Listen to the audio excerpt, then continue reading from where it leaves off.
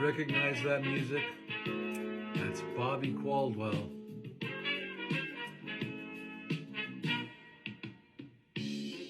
What You Won't Do for Love. Remember him?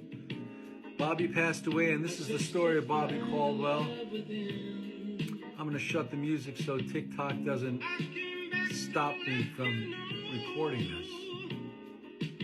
Well, last year I visited the widow, Mary Caldwell, and we went over what happened to poor Bobby.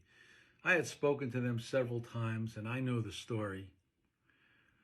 But we sat down again just to discuss what kind of malpractice eventually killed the famous singer and composer Bobby Caldwell.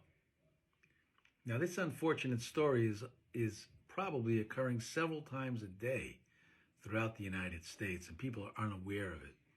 You see, Bobby went to an urgent care center with a cold that's not feeling well. And he was given a prescription of Levaquin, a quinolone, a type of antibiotic. Now, this is a lesson to be learned. If you have a viral infection, antibiotics are not the choice. But in this case, what happened was incredibly tragic. Bobby would wake up just a few days later in extreme pain, unable to walk. Both of his calves, all the way down to his ankle, was swollen and bruised and painful. What occurred is what's called bilateral Achilles tendon rupture. And Bobby would be unable to walk normally for the rest of his life. People that went to his concerts would watch him being wheeled out to an organ to play. He couldn't stand. He never got better. He developed a neuropathy. He could hardly walk, and this eventually led to Bobby's death. Now, when these antibiotics came out, really nobody knew about this, but after they were prescribed to millions of people, people began developing Achilles tendon rupture, especially over the age of 50, or if you're on prednisone, which you might be given if you had a upper respiratory infection. It got so bad that there's now a black box on every quinolone antibiotic prescribed. Cipro, Levaquin, you know the story.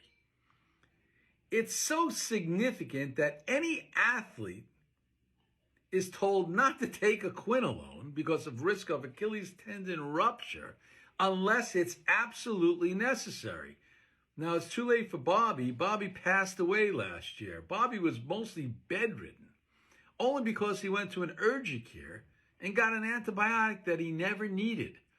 I think we ought to remember this and rename this Bobby Caldwell syndrome, so everyone knows when they walk into an urgent care or a doctor's office not to get a drug like a quinolone for just a viral infection.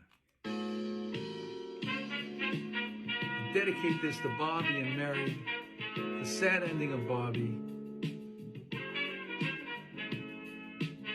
Let's hope this helps other people remember and fear the use of quinolones when they don't require them.